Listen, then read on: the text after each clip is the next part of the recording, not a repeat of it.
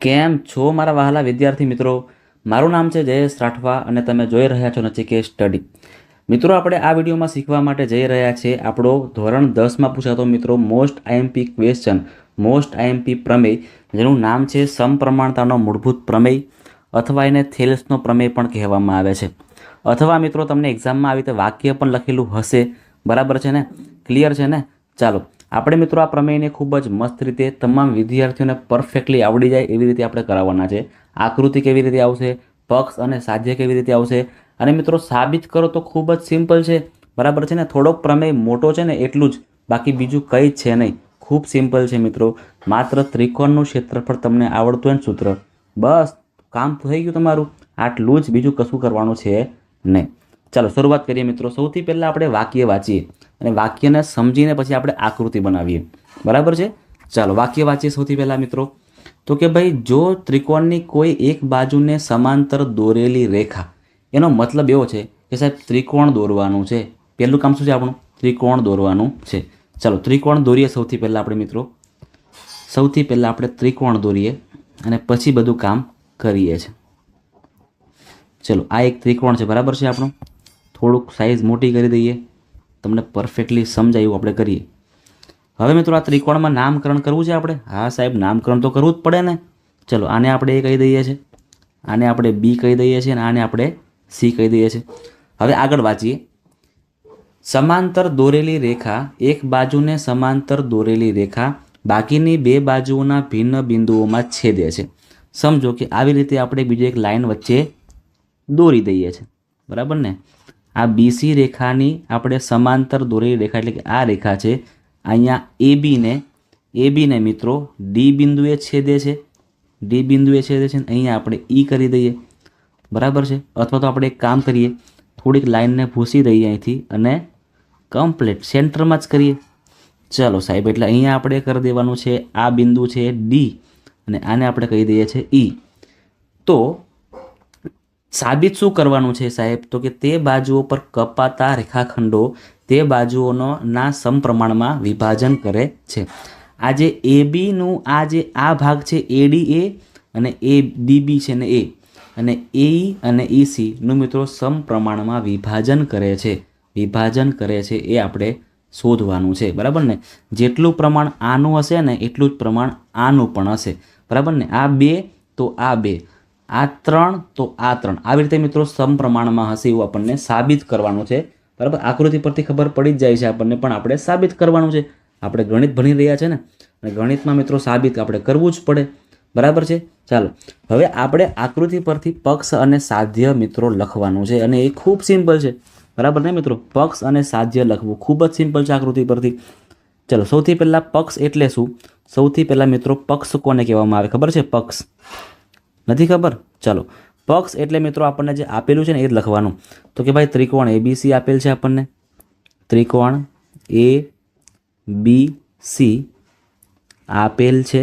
ત્રિકોણ એબીસી આપેલ છે, જેમાં આ બીસી છે ને એને સમાંતર રેખા ડી આપણે દોરેલી છે. જેમાં બીસી સમાંતર આપણે ડીઈ દોરેલ છે. આ ઉપરાંત આ જે ડી છે ને મિત્રો, ડી એ એબીનું એબીનું વચ્ચેનું બિંદુ છે, અને ઈ છે એ એસી પર આવેલું છે. એટલે લખી શકીએ આપણે કે ડી એ એબી પર આવેલ બિંદુ છે. એબી પર આવેલું બિંદુ છે, અને ઈ જે છે એ એસી પર આવેલું બિંદુ છે, અને ઈ એ એસી પર આવેલ બિંદુ છે. બસ મિત્રો, આટલું સિમ્પલ. આપણે બહુ કંઈ હાઈ લેવલ લખવાનું નથી. બરાબર ને? આપણે આવા જ શબ્દ લખવાના છે. આપણે આવા જ શબ્દ એક્ઝામમાં પણ લખવાના છે. બહુ ચિંતા તમારે મિત્રો કરવાની નથી. નોર્મલ જ આપણે લખવાનું મિત્રો. નોર્મલ આપણે જે આપણે લખતા હોઈએ ને એવું જ આપણે લખવાનું છે. આ તો બધાને લખતા આવડે ને આકૃતિ પરથી. ક્લિયર છે? ચાલો, હવે શું કરશું? તો કે હવે આપણે સાધ્ય કરવાનું છે. સાધ્ય એટલે સાબિત શું કરશું? તો લખીએ અહીંયા સાધ્ય. સાધ્ય એટલે સાબિત શું કરશું? તો જુઓ તમે અહીંયા, તમે ખાસ ધ્યાનથી જુઓ કે આ એડી ના છેદમાં ડીબી એટલે કે ઉપરના આના છેદમાં આ એટલે એડીના છેદમાં ડીબી, એડીના છેદમાં ડીબી એ બરાબર થશે એઈના છેદમાં ઈસી, એઈના છેદમાં ઈસી. બસ આટલી વસ્તુ લખી દેવાની. અને હવે મિત્રો ચાલુ કરીએ છીએ આપણે સાબિતી કરવાનું, બરાબર ને. હવે શરૂઆત કરીએ છીએ આપણે મસ્ત રીતે સાબિતી, કે સાબિતી શું આવે છે. ચલો સાબિતીની આપણે શરૂઆત આપણે કરી દેવાની છે મિત્રો. પણ શરૂઆત કરતાં પહેલાં આકૃતિમાં કંઈક ફેરફાર કરવા પડશે આપણે, બરાબર ને. આકૃતિમાં કંઈક આપણે ફેરફાર કરવા પડશે તો સાબિત થશે ને. તો એક કામ કરીએ, આ બીઈને આપણે જોડી લઈએ છીએ મસ્ત રીતે, બીઈને જોઈન્ટ કરી લઈએ અને એવી રીતે આપણે આ સીડીને પણ જોઈન્ટ કરી લઈએ. એવું ને એવું આપણે એક કામ કરીએ છીએ, આ જે ઉપર ADE ત્રિકોણ છે ને, ADE ત્રિકોણ, તો આ ત્રિકોણમાં પરફેક્ટ અહીંયા 90 અંશ બને ને મિત્રો, એવું આપણે લાઈન દોરીએ. એટલે અહીંયા એક 90 અંશ બનશે કાટખૂણો, અને એવું ને એવું સેમ આપણે અહીં પણ કાટખૂણો બને એવી લાઈન દોરવાની છે. ચલો અહીં પણ આપણે એક કાટખૂણો બને એવી લાઈન દોરવાની છે. અહીંયા એક બિંદુ આવશે, એનું નામકરણ કરી દઈએ આપણે, DDM કરી દઈએ. ચલો DM કરી દઈએ. અને અહીંયા E છે તો અહીંયા આપણે N કરી દઈએ. એટલે આ DM એ લંબ કહેવાય, EN એને પણ લંબ કહેવાય, બરાબર છે ને. આ DM લંબ છે ને મિત્રો, DM એ કોના પર આવે છે તો કે AC પર આવે છે. એટલે એ બધું લખીએ આપણે. ચલો શું કર્યું આપણે તો લખીએ. સૌથી પહેલાં શું કર્યું આપણે તો કે BE અને CD દોરીએ આપણે. તો રેખાખંડ BE અને CD દોરવાના છે, દોરો, બરાબર ને. આ આપણે કામ કર્યું, દોરો.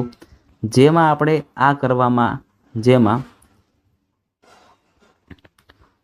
ત્રિકોણ ઉપર જે છે ને ADE, ઉપર ત્રિકોણ ADE છે, એમાં આપણે શું કર્યું મિત્રો, એમાં આપણે આ DM લંબ કર્યો કોના પર, AC પર.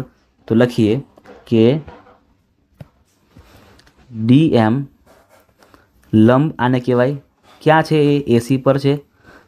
તથા જે બીજો કયો લંબ બન્યો તો કે બીજો આ બાજુ જુઓ તમે, આ EN લંબ છે AB પર છે. EN લંબ બન્યા છે AB પર. આ તમારે ખાસ ધ્યાન રાખવાનું છે, આટલી વસ્તુ તમારે ખાસ ધ્યાન રાખવાની છે. ચલો મિત્રો હવે આપણે શરૂઆત કરવાની છે. હવે આપણે શરૂઆત કરીએ છીએ આપણું પ્રમેયને સાબિત કરવાની, બરાબર. આ બધું તો બેઝિક બધી માહિતી હતી. હવે આ મેઇન વસ્તુ બધું હવે આવવાનું છે. હવે તમારે મિત્રો ધ્યાનથી તમારે ત્રિકોણને જોવાના છે. આપણે અલગ અલગ બે કામ કરવાનું છે. પહેલાં આપણે કામ કરી લઈએ આ સાઈડ માટે, આ સાઈડ માટે, અને પછી આપણે કામ કરીશું આ સાઈડ માટે.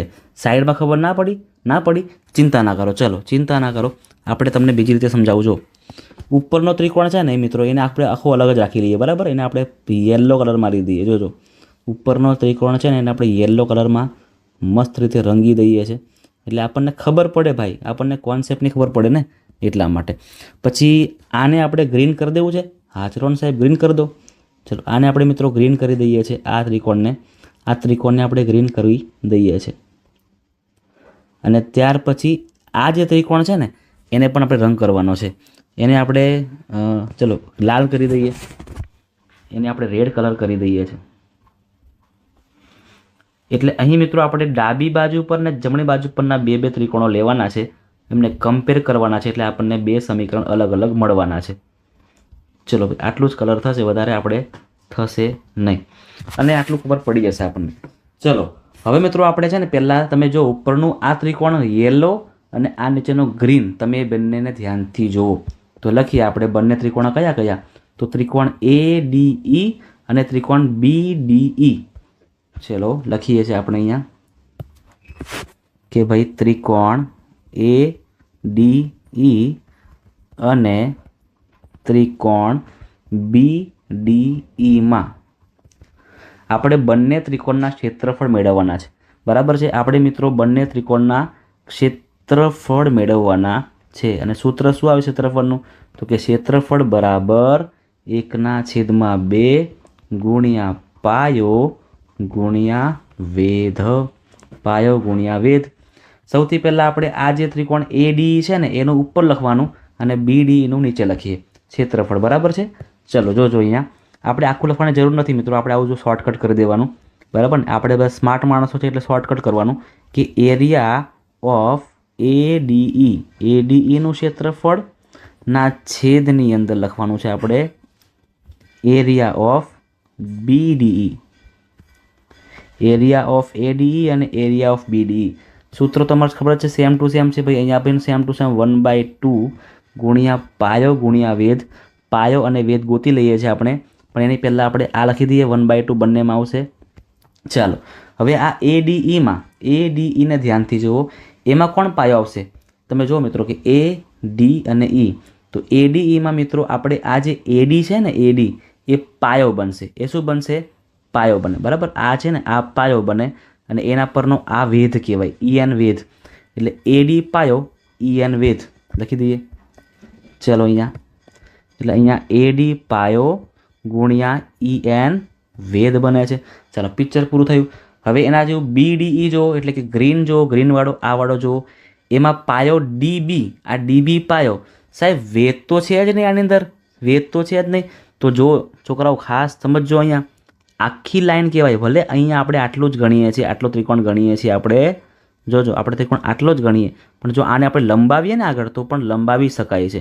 અને લંબાવે તો પછી આ જે EN છે એ આનો પણ વેધ થાય. એકચ્યુઅલમાં EN આનો પણ વેધ થાય. એટલે આનું BD, જે BD અને વેધ સેમ જ આવશે એનો EN. વેધ સેમ આવશે એનો EN. બરાબર છે.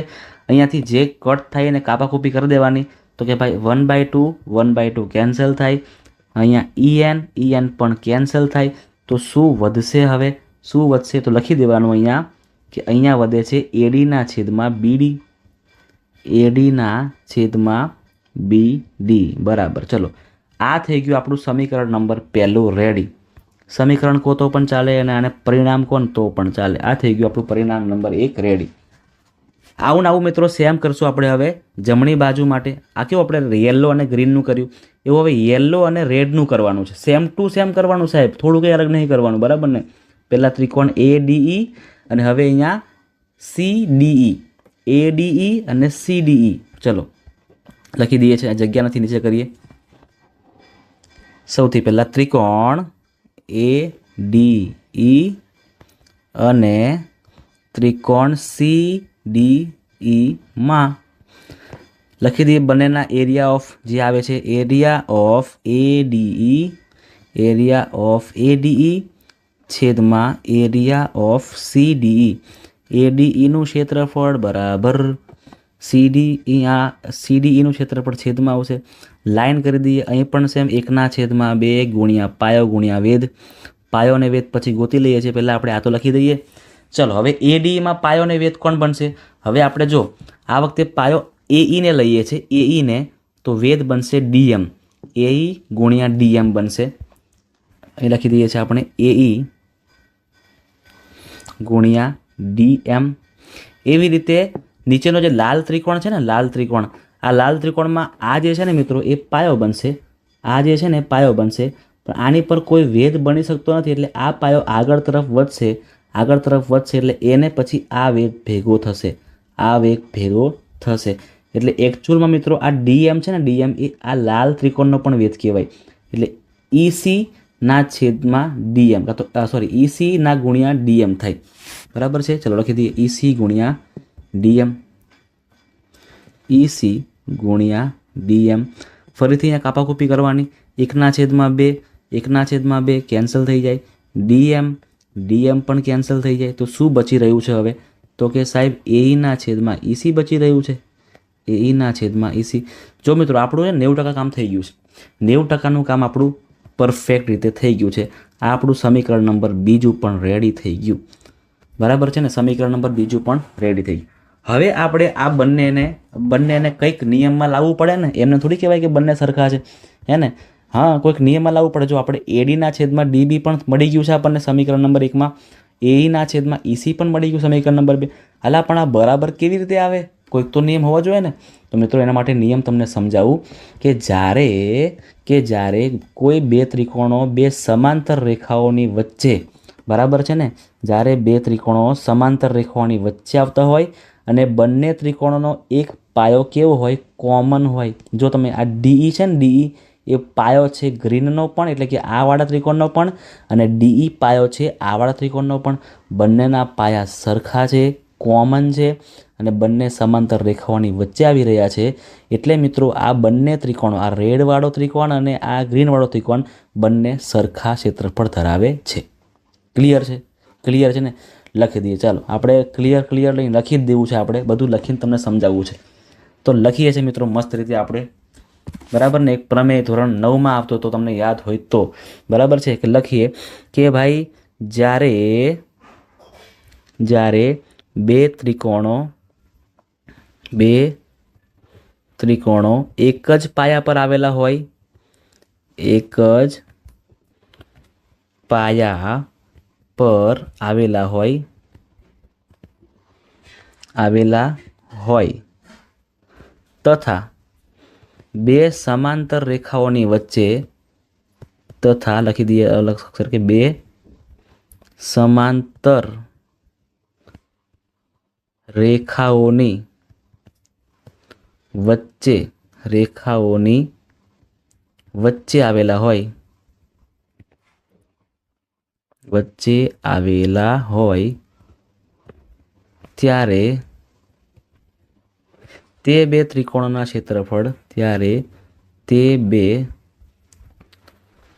ત્રિકોણોના ક્ષેત્રફળ કેવા થાય છે સાહેબ? સમાન થાય છે. કેવા થાય છે? સમાન મળે. એટલે આપણે કહી શકીએ છીએ કે કયા નીચેવાળા ત્રિકોણો બે છે? તો કે BDE અને CDE, એટલે કે લાલ અને લીલો, બરાબર ને. એટલે ત્રિકોણ એરિયા ઓફ BDE અને એરિયા ઓફ CDE આ બંને કેવા મળે? આ બંને બિલકુલ બરાબર મળે. આ બંને બિલકુલ કેવા મળે મિત્રો? બરાબર મળે. આને આપણે કહી દઈશું સમીકરણ નંબર 3. આને આપણે કહી દઈએ છીએ મિત્રો સમીકરણ નંબર 3, બરાબર છે ને. ચલો હવે આપણે સમીકરણ નંબર 1, 2 અને 3, સમીકરણ નંબર 1, 2 અને 3ને આપણે ધ્યાનમાં લેવાનું છે અને એના પરથી લખી શકીએ છીએ આપણે. જો લખી દઈએ છીએ આપણે કે ભાઈ સમીકરણ 1, 2 અને 3 પરથી આપણે કહી શકીએ છીએ કે ભાઈ આ જે છે ને ADના છેદમાં BD અને AEના છેદમાં EC બંને સરખા થાય. એટલે ADના છેદમાં BD તથા શું હતું આપણું? AE હતું ને. હા, AE હતું ઉપર, AEના છેદમાં EC આ બંને કેવા થાય મિત્રો? એકદમ સરખા થાય. ક્લિયર છે? તો આ થઈ ગયો મિત્રો પ્રમેય આપણો સાબિત. ખૂબ જ મિત્રો મસ્ત મજાનો પ્રમેય હતો. તમારે ખાસ આને તૈયાર કરી દેવાનો છે, કારણ કે મિત્રો એક્ઝામમાં આ જ પ્રમેય પૂછાતા હોય છે. ક્લિયર છે ને મિત્રો? બધાને મસ્ત રીતે પ્રમેય ક્લિયર થઈ ગયો હશે. તો ખાસ જે પણ વિદ્યાર્થીઓ પહેલી વાર વિડીયો જોઈ રહ્યા છો અને વિડીયોમાં મિત્રો મજા આવી ગઈ, પ્રમેય બધાને ઇઝીલી આવડી ગયો હશે, તો ખાસ મિત્રો ચેનલને સબસ્ક્રાઈબ કરી નાખજો. તમારા મિત્રો સાથે પણ આ વિડીયોને શેર કરજો. મિત્રો વિડીયોની બાજુમાં જે તમારું સબસ્ક્રાઈબ બટન છે ને, એ સબસ્ક્રાઈબના બટનની બાજુમાં નાનકડું બેલ આઇકન છે ને, એને પણ ધીમેથી પ્રેસ પણ કરી દેજો, બરાબર છે. અને ખાસ ચેનલને સબસ્ક્રાઈબ કરીને વિડીયોને લાઇક કરીને કોમેન્ટ કરવાનું ભૂલતા પણ નહીં. કોમેન્ટ એ કરજો મને કે તમને વિડીયો કેવો લાગ્યો છે. હવે મિત્રો આપણે આની પછી વિડીયો બનાવીશું, એમાં તમને મેં થેલ્સનું પ્રતિપ્રમેય, બરાબર ને. પ્રતિપ્રમેય એટલે કે આનો ઊંધો પ્રમેય છે, બરાબર ને. તો એ આપણે સાબિત કરશું, બરાબર છે. તો મળીએ છીએ આપણે બીજા વિડીયોની અંદર.